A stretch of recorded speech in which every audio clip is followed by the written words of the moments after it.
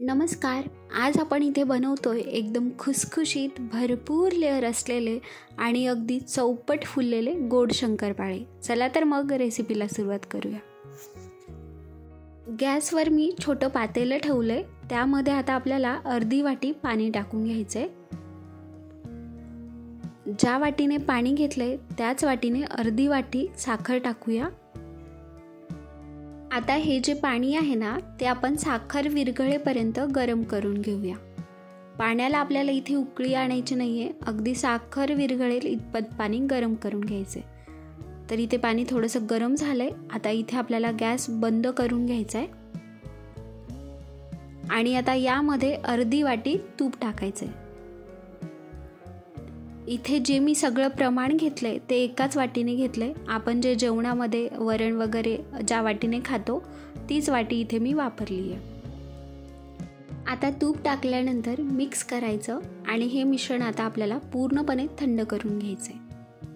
हे मिश्रण थंड झालं की आता आपल्याला एका भांड्यामध्ये हे मिश्रण ओतून घ्यायचं आहे. यात आता थोडंसं मीठ टाकून घ्यायचं आहे.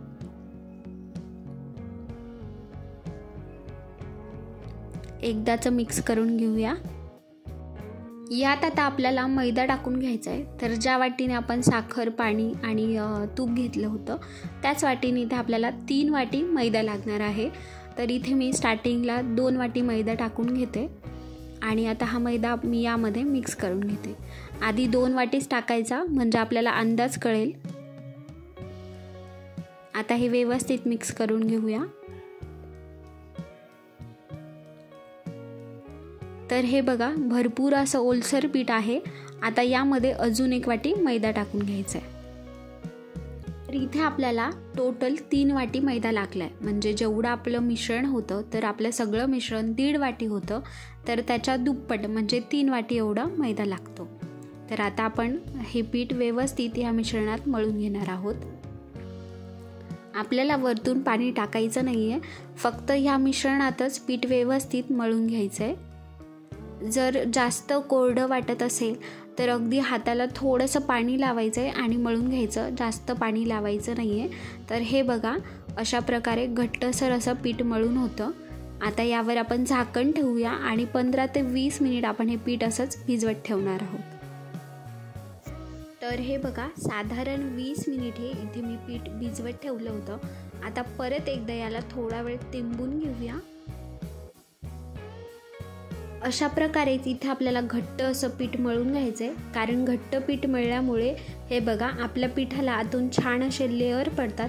म्हणजे हे बघा पीठ ओपन केल्यानंतर पिठामध्ये छान असे लेअर्स पडलेत आणि यामुळे शंकरपाळे एकदम भरपूर लेअर असलेले आणि चौपट फुललेले बनणार आहेत. तर इथे मी या पिठाचे 3 गोळे करून घेतलेत आणि आता या गोळ्याची आपण एक एक पोळी लाटून घेऊया. तर शंकरपाळ्यासाठी जी पोळी लागते ती थोडीशी जाड असते, अगदी पातळ नसते. म्हणून अगदी मीडियम आकारामध्ये म्हणजे थोडीशी जाड अशी आपण इथे पोळी लाटून घेणार आहोत. तर या पिठाची जी पोळी आहे ती अजिबात खाली चिटकत वगैरे नाही, अगदी सहज लाटल्या जाते. तर हे बघा इथे एक पोळी लाटून झाली आहे. आता हे जे साईडचे ओबडधोबड पार्ट आहेत ना, म्हणजे जे व्यवस्थित लाटले गेले नाही आहेत, तर आता आपण हे कट करून घेणार आहोत. म्हणजे जे आपले शंकरपाळे आहेत ते व्यवस्थित आकारामध्ये कट होतील. तर हे बघा अशा प्रकारे सगळे पार्ट्स कट करून अशा चौकोनी आकारामध्ये आपल्याला पोळी कट करून घ्यायची आहे. आता आपण याचे शंकरपाळे कट करून घेऊया. तर आपल्याला ज्या आकारामध्ये शंकरपाळे हवे असतील त्या आकारामध्ये छोटे किंवा मोठे कट करून घ्यायचेत. तर इथे मी सगळे शंकरपाळे कट करून घेते. पीठ व्यवस्थित मळलं गेलं आणि थोडंसं घट्ट असलं की तर हे बघा शंकरपाळे अजिबात खाली चिटकत नाहीत आणि त्याचा जो आकार आहे तो देखील व्यवस्थित होतो.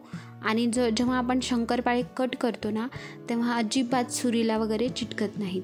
तर इथे मी अशाच प्रकारे सगळे शंकरपाळे कट करून घेतलेत. आता आपण लगेचच याला तळून घेणार आहोत. गॅसवर मी तेल गरम करायला ठेवलं आहे. आता तेल आपल्याला कितपत गरम पाहिजे बघा.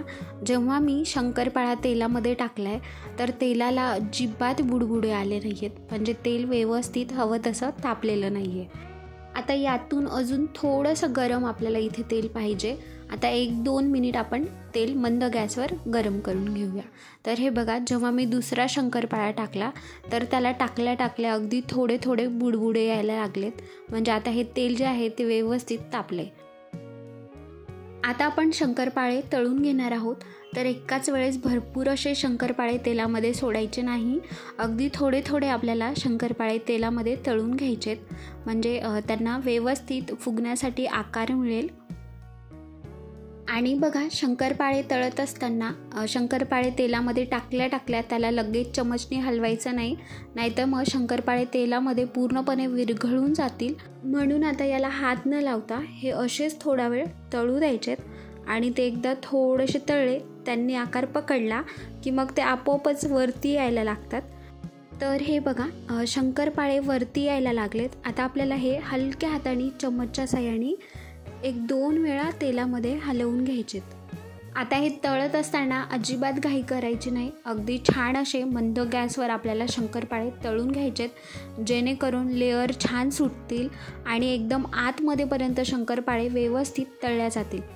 तर हे बघा, रंग हलकासा चेंज व्हायला लागला आहे.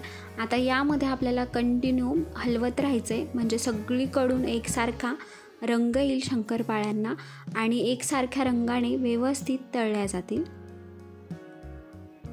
तर इथे आता व्यवस्थित शंकरपाळे तळलेत. आता यातून जास्त लाल रंगावर काढायचे नाही, कारण शंकरपाळे प्लेटमध्ये काढून ठेवल्यानंतर देखील त्याची तळण्याची प्रोसेस चालूच राहते. म्हणून आता ह्या स्टेजवर आपण हे शंकरपाळे काढून घेऊया.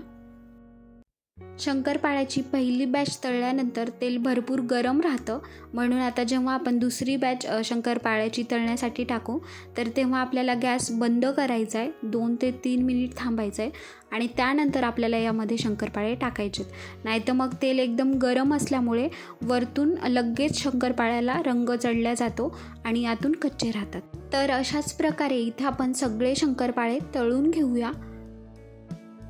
तर हे बघा, मगाशी म्हटल्याप्रमाणे इथे शंकरपाळ्यांनी अजून थोडासा रंग बदलला आहे आणि इथे तुम्ही बघू शकता अगदी चौपट असे आपले शंकरपाळे फुललेत. आणि तोडून पण दाखवते, एकदम खुसखुशीत असे आपले शंकरपाळे झालेत. तर तुम्ही पण ह्या दिवाळीला अशा प्रकारे गोड शंकरपाळे नक्की ट्राय करून बघा. चला तर मग भेटूया पुन्हाच अशा एका नवीन व्हिडिओसोबत. तोपर्यंत बाय बाय.